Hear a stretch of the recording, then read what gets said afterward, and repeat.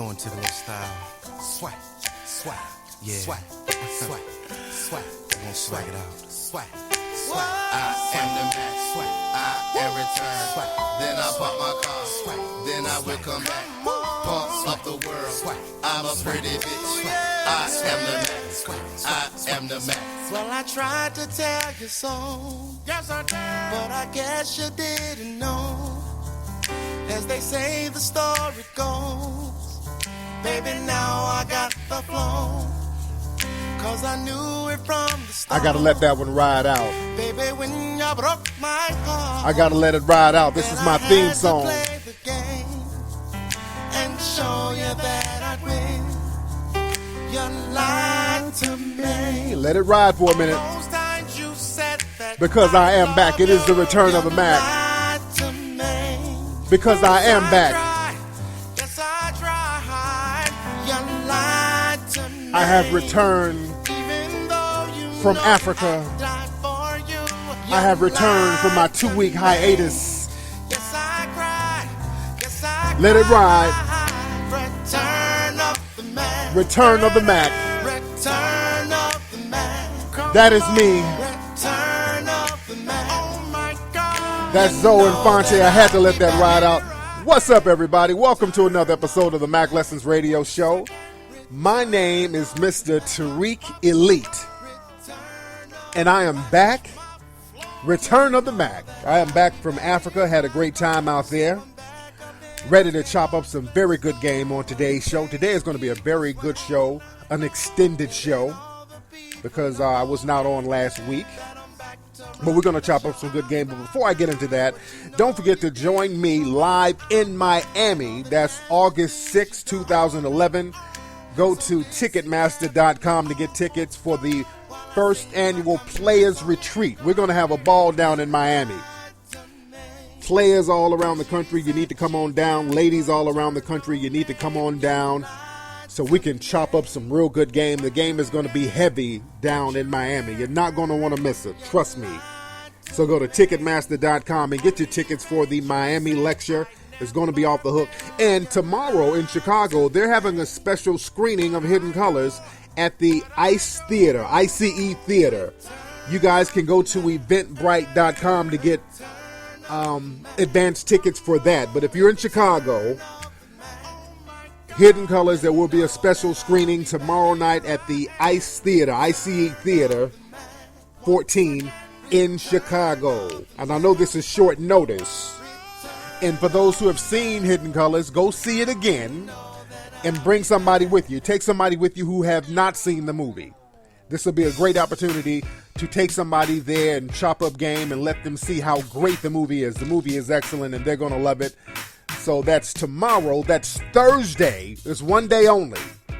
They contacted me and some people, they wanted to show the film, and it's going to be one day only. It's at 6:30 tomorrow night in Chicago, so don't forget to check that out.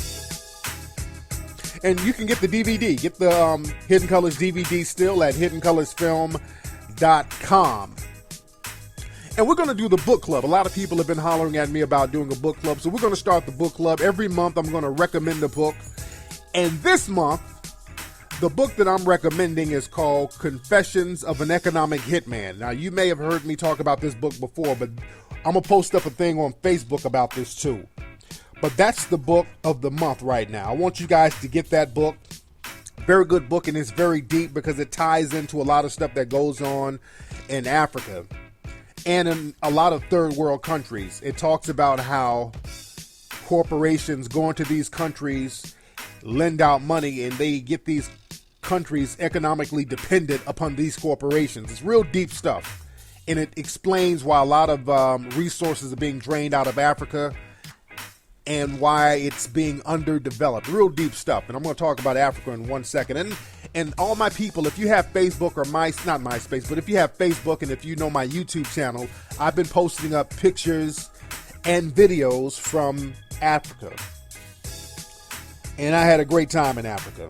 But before I get into that, don't forget, check out the book, Confessions of an Economic Hitman. I will put up a post on Facebook later on today.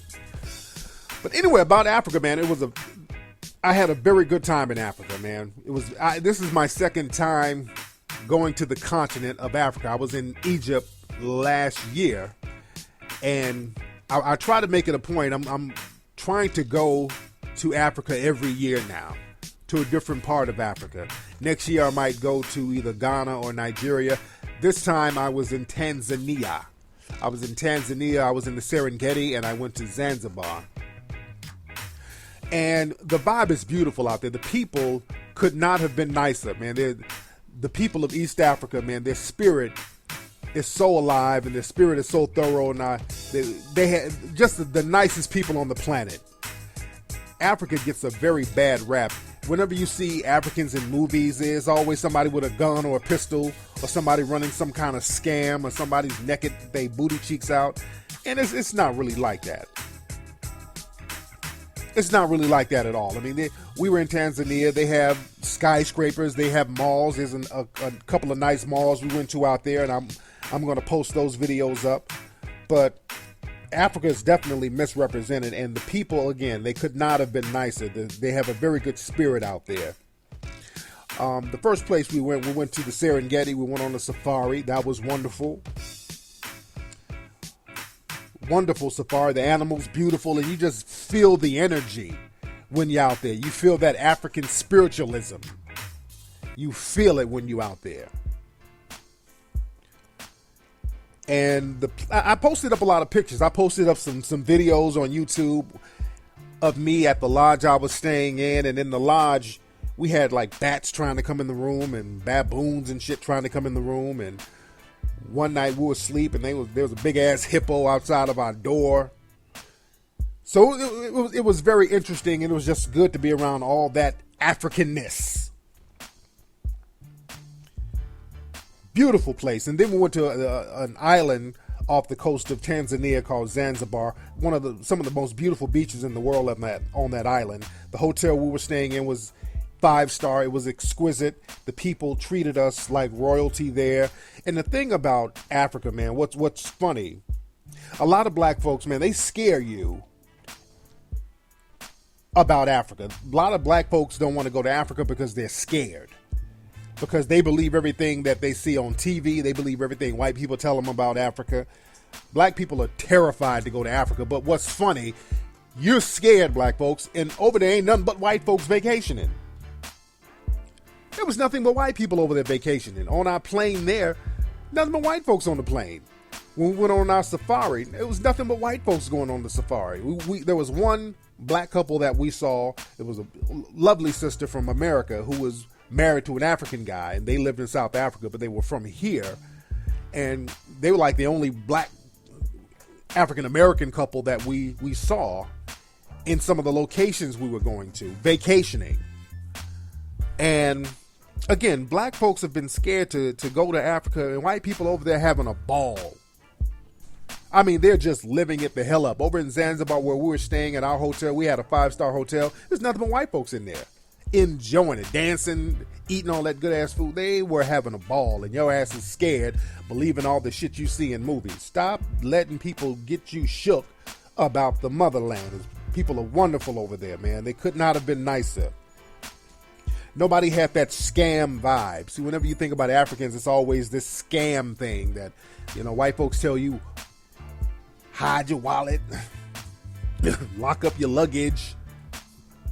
They tell you all this crazy stuff, and there was really no scam vibe with the African people. They weren't trying to get over like that. They hustle, it's like, hey, come get in my cab. No, come get in my cab. They were hustling, but no scamming. They weren't trying to deceive anybody. From what I saw. And it was wonderful to see all those black folks, man, just really getting along. I mean, we're in crowds of thousands and thousands of people, and all those beautiful black folks, and nobody was fighting. We didn't see anybody arguing. Everybody's just making it do what it do. They were doing their thing. They treated us with the utmost respect. There's this myth that Africans don't like African Americans. That's bullshit. It may be like that in certain parts, but in East Africa, where I was, didn't see it at all. They treated us with the utmost respect.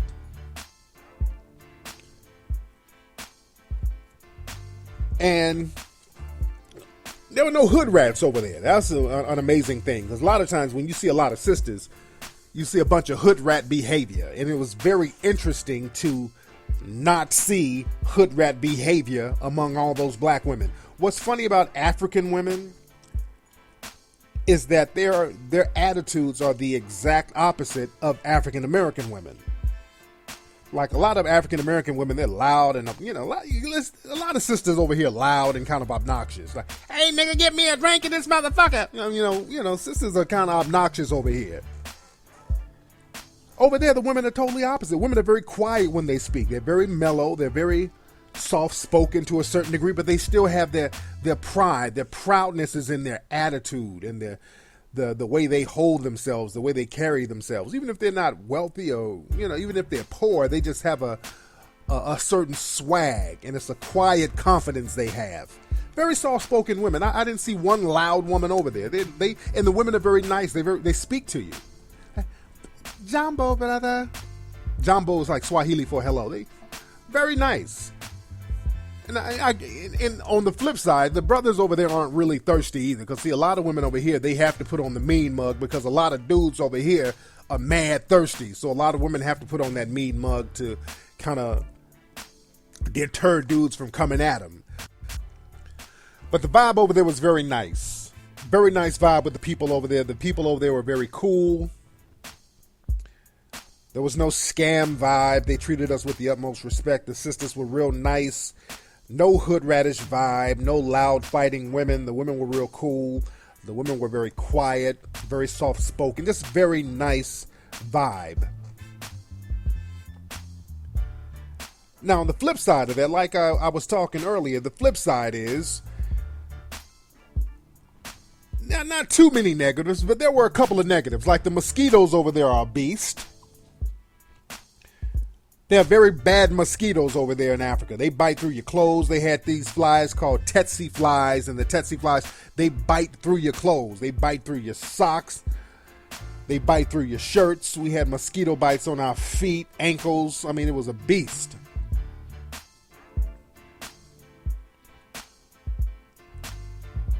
And the women, there was a couple of booger wolves over there. Not all, but the women over there are very cute. Very regal, but there were a couple of rough ones. We saw one sister at the airport, this thick, big bone sister with a big ass who had a little goatee, grossed me out. Wasn't used to seeing that, and I'm a brother with a weak stomach. Because we were over there, we were getting kind of nauseous anyway because of some of the Indian food. Because over in Zanzibar, they have a lot of Middle Eastern and Indian food there. And that food kind of makes me nauseous to a certain degree. And I was already nauseous, but when I saw this woman with that damn goatee, it was a wrap. I almost fucking puke. I was going to take a picture of it, but I couldn't look at it too long. Her ass looked just like Bobby Hemmett. But the thing is, what really killed me, what the thing that really rubbed me the wrong way, there's poverty over there. Again, there's nice areas and there's poverty. The poverty bothered me to a certain degree because I'm like, okay, we need to help our brothers do a little better, but we need to help ourselves do better over here as well. But the thing is, what really threw me off was that smell. And people talk about the funk and how musty people are over in Africa, but that funk was a beast. That funk was nothing to play with. That's some real true to the game must. That's a must that I ain't never smelled before. That must is dead ass serious over there. That's that deep, rich, melanated must.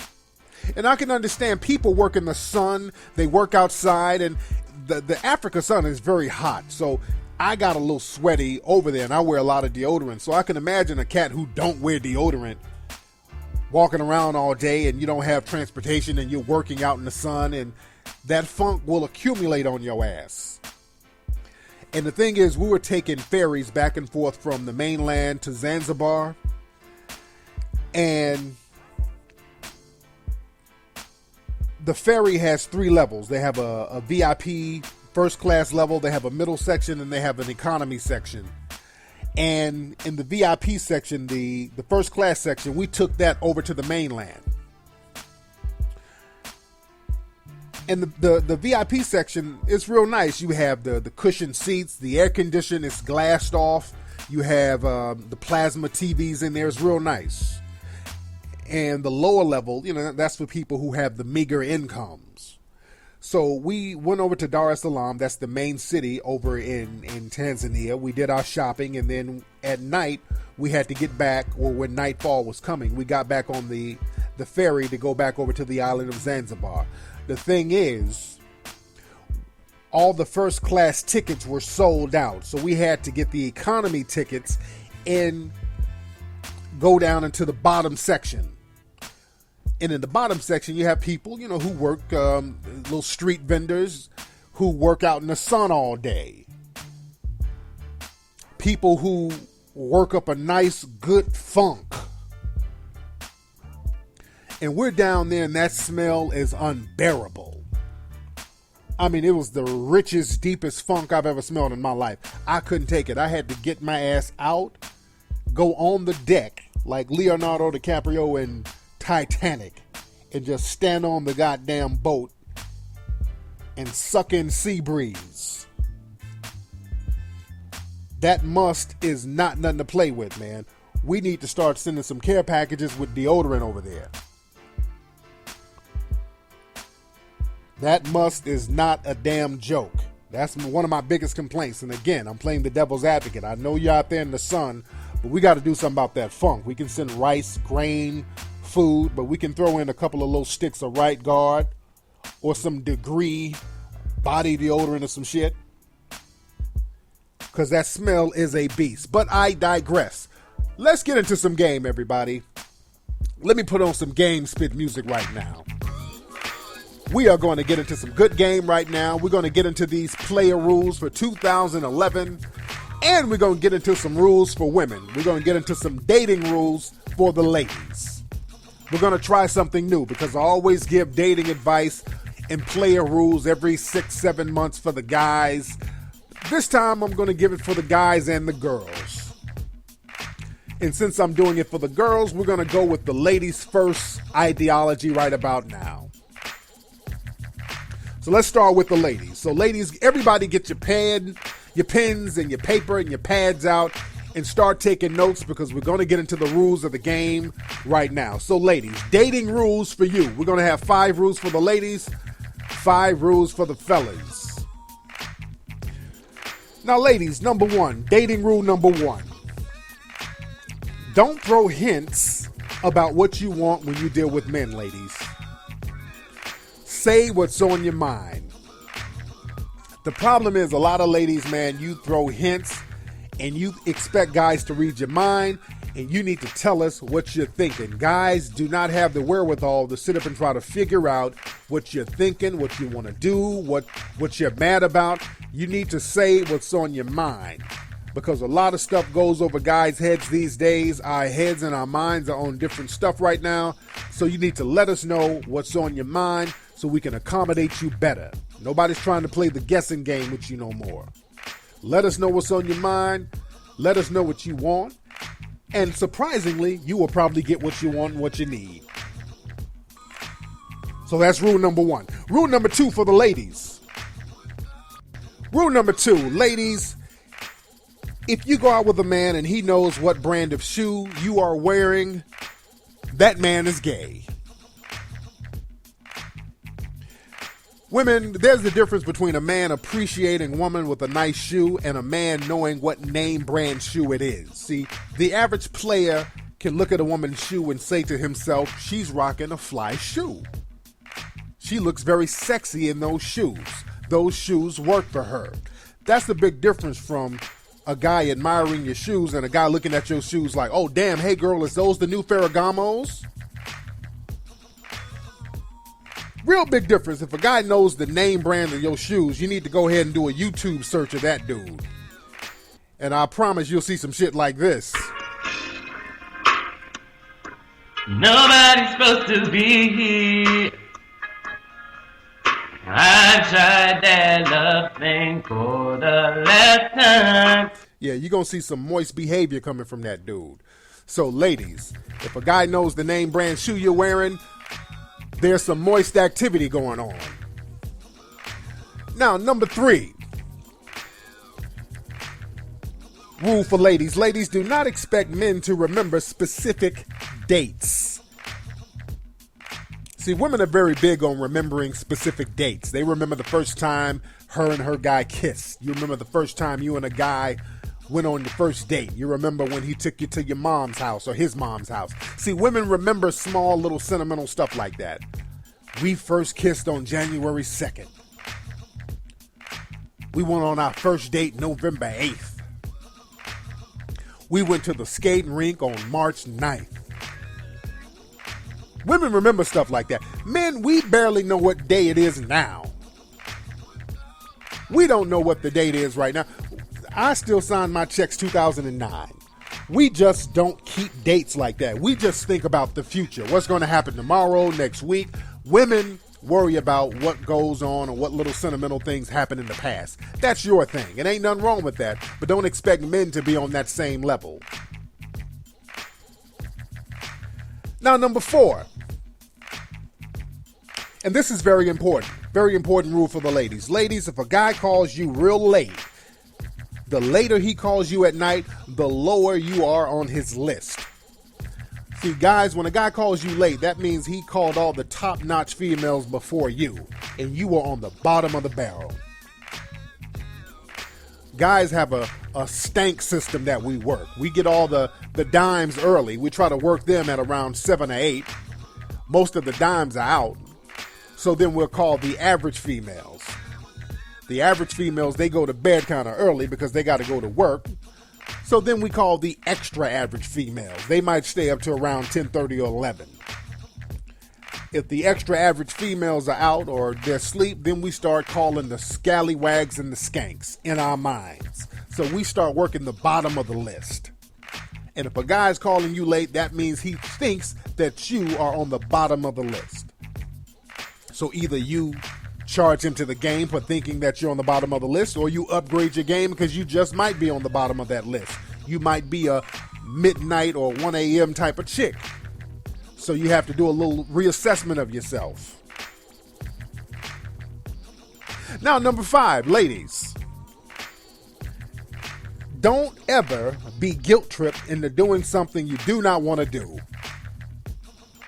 And this is a tactic that a lot of guys use when they're trying to either get sex or anything. A lot of times they might be trying to guilt trip you into a marriage.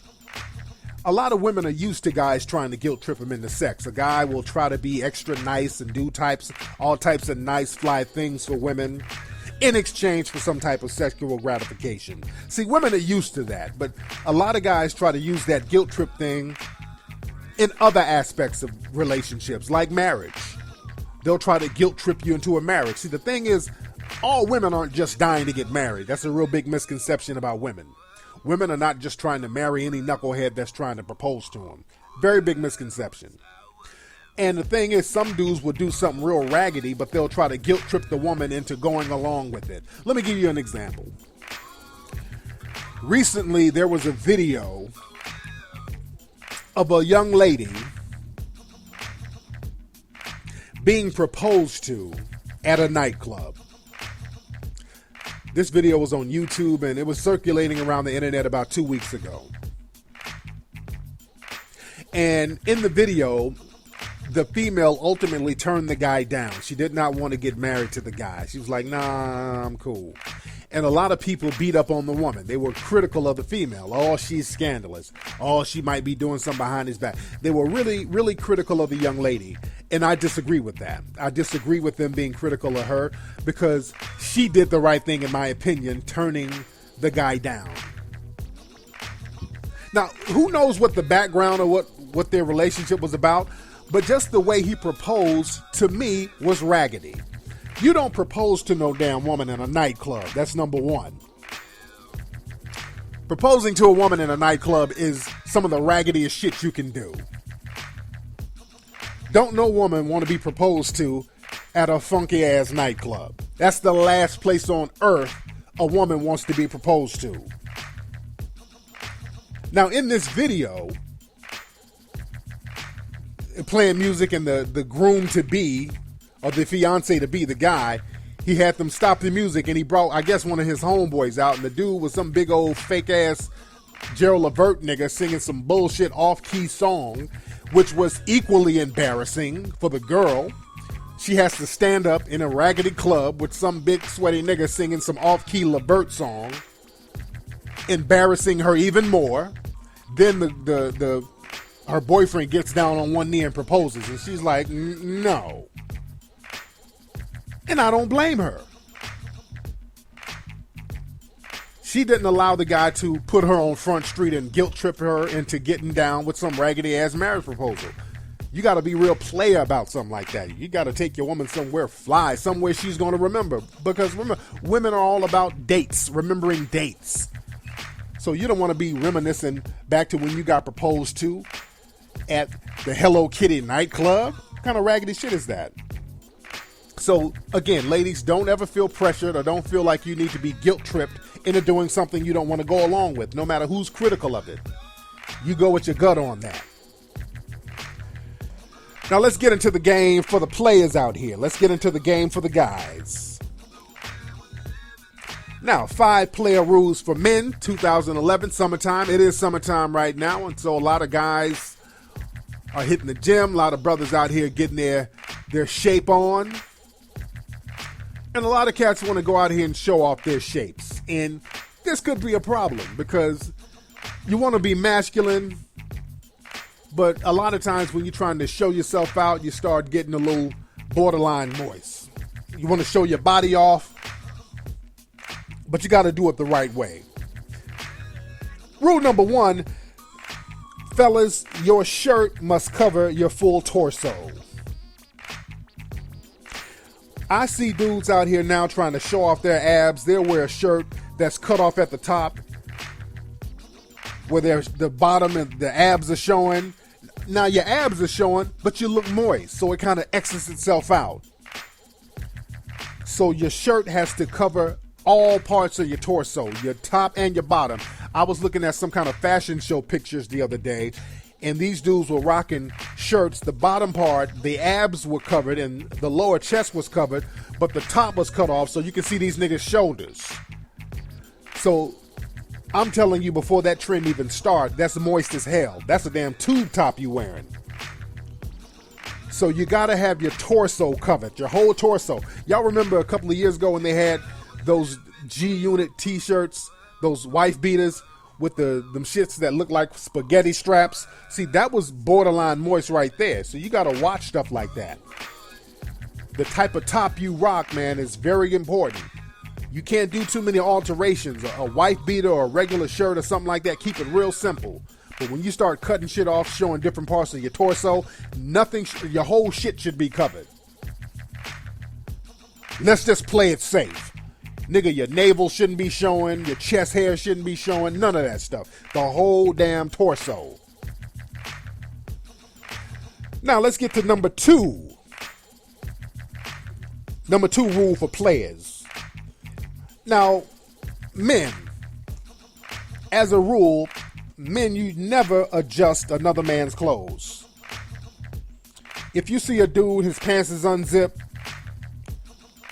you see a dude, his collar is a little tucked in by mistake, or his tie's a little crooked, don't take your ass over there zipping his pants up and pulling his collar out. That's something that women do to bond with dudes.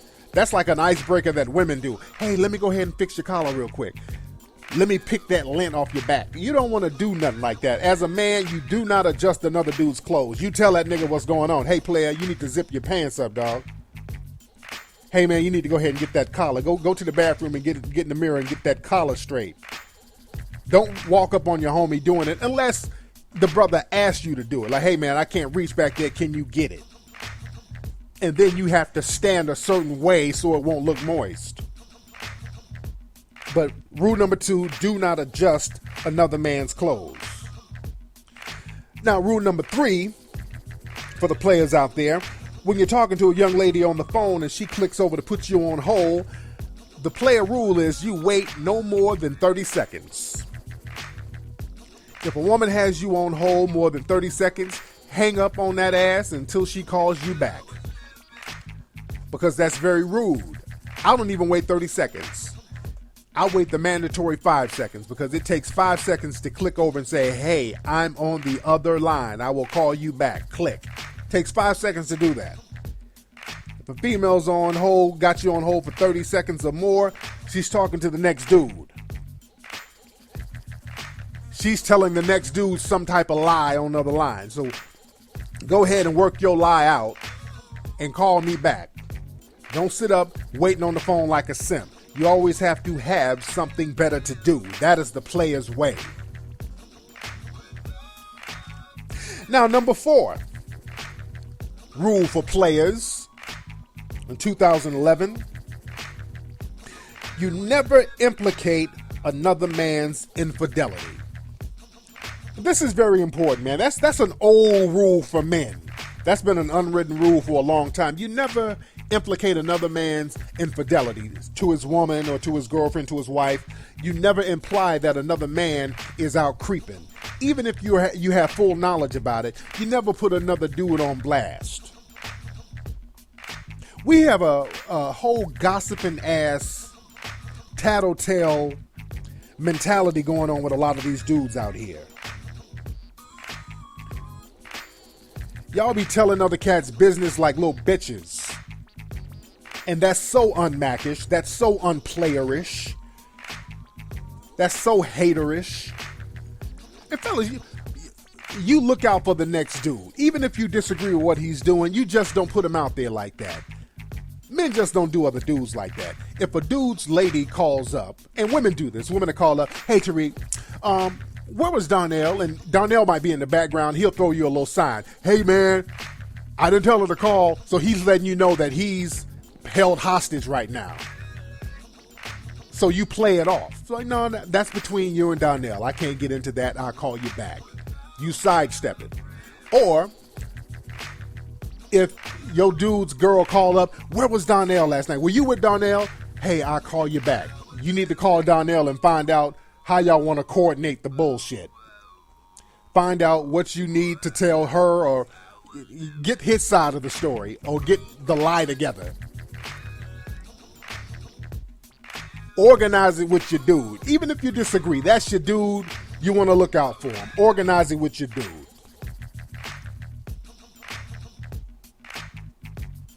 Because nowadays, man, women call these dudes, and these dudes are such haters. These dudes start telling on other men. And nothing can be more moist than that. You telling on another man. These females, they'll call up somebody, and all of a sudden these niggas turn into Antoine Dotson with their telling. Hey Chris, have you seen my man Terrell? Well, Terrell was with another girl out here creeping, so hide your kids, hide your husband, because he creeping on everybody out here. These niggas turn into bitches. So that is unmackish. Very non-player. Now let's get into the final rule for the summer of 2011, the player rule. The last and final rule for players. Now I know a lot of players try to be on some tough street shit, but rule number 5, leave the dope game alone. That's the main rule for today. Leave the dope game alone. The dope game is not what it used to be. All you dudes are doing right now are snitching on each other. This whole thing, I've been reading a lot of stuff going on with this brother named Jimmy Hinchman. And he was this music mogul, and he was an accused drug dealer. And it's so many people are snitching on this guy. All these people who used to work for him, they're snitching on this guy left and right. It's embarrassing the way the rules of the game are being played out right now. Guys are telling on each other publicly, twittering, snitching, Twitch snitching. It's sickening and sad. Leave the dope game alone. It is not the same. The dope game is over. The last drug kingpins were the BMF guys. The dope game is over. Leave it alone. Keep it player. I know you back in the day, cats would slang dope and you thought you were a player. It was cool back in the day. The game is rigged right now. Leave the dope game alone. It has turned into snitch fest. Don't front like you in the dope game. Please stop. And I mean on every level. Because the thing is, we have a lot of niggas out here who are low-level, wannabe drug dealers. You know what I'm talking about. We have these dudes out here with delusions of grandeur. These niggas that sold one little package of dope, made $300, and now they think they're Nino fucking Brown.